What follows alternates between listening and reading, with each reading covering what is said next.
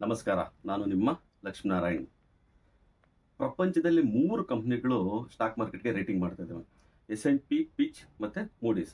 ಎಸ್&ಪಿ ಹೇಳ್ತಾ ಇದೆ Indian market is Bibi ಅಂತ ಹೇಳ್ಬಿಟ್ಟು ಔಟ್ಲುಕ್ ಅಲ್ಲಿ ಸ್ಟೇಬಲ್ ಅಂತ ಹೇಳ್ತಾ ಇದೆ. ಅಂದ್ರೆ ಜಿಡಿಪಿಯಲ್ಲಿ there is no major impact ಅಂತ ಹೇಳ್ತಾ ಇದೆ.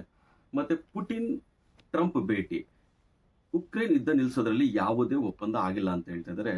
ಮತ್ತೆ ಪತ್ರಕರ್ತರು ಕ್ವಶನ್ ಕೇಳಿದಾಗ there is no agreement, no question ಅಂತಾನು ಹೇಳ್ತಾ ಇದ್ದಾರೆ. ಇನ್ನು 25% ಟ್ಯಾರಿಫ್, ಪೆನಾಲ್ಟಿ ಟ್ಯಾರಿಫ್ನ ನಿಲ್ಲಿಸೋದ್ರಲ್ಲಿ ಇನ್ನು ಯಾವುದೇ ತರವಾದಂಥ ಕನ್ಫರ್ಮೇಷನ್ ಬಂದಿಲ್ಲ. ಜಸ್ಟ್ ಹೇಳ್ತಾ ಇದ್ದಾರೆ ನಿಲ್ಲಿಸಬಹುದು ಅಂತ ಹೇಳ್ತಾ ಇದ್ದಾರೆ. ಮತ್ತೆ ಈ ಕಮಿಂಗ್ ವೀಕ್ಸ್ ಅಲ್ಲಿ US ರೇಟ್ ಕಟ್ ಆಗೋ ಸಾಧ್ಯತೆ ಇದೆ ಅಂತಾನು ಹೇಳ್ತಾ ಇದ್ದಾರೆ. ಪ್ರೈಮ್ ಮಿನಿಸ್ಟರ್ ಅವರು ಇಂಡಿಪೆಂಡೆನ್ಸ್ ಡೇ ದಿವಸ ಒಂದು ಅನೌನ್ಸ್ ಮಾಡ್ತಾರೆ, GST ಓನ್ಲಿ 2 ಸ್ಲ್ಯಾಬ್ ಅಂತ ಹೇಳ್ತಾ ಇದ್ದಾರೆ. 5% ಅಂಡ್ 18%.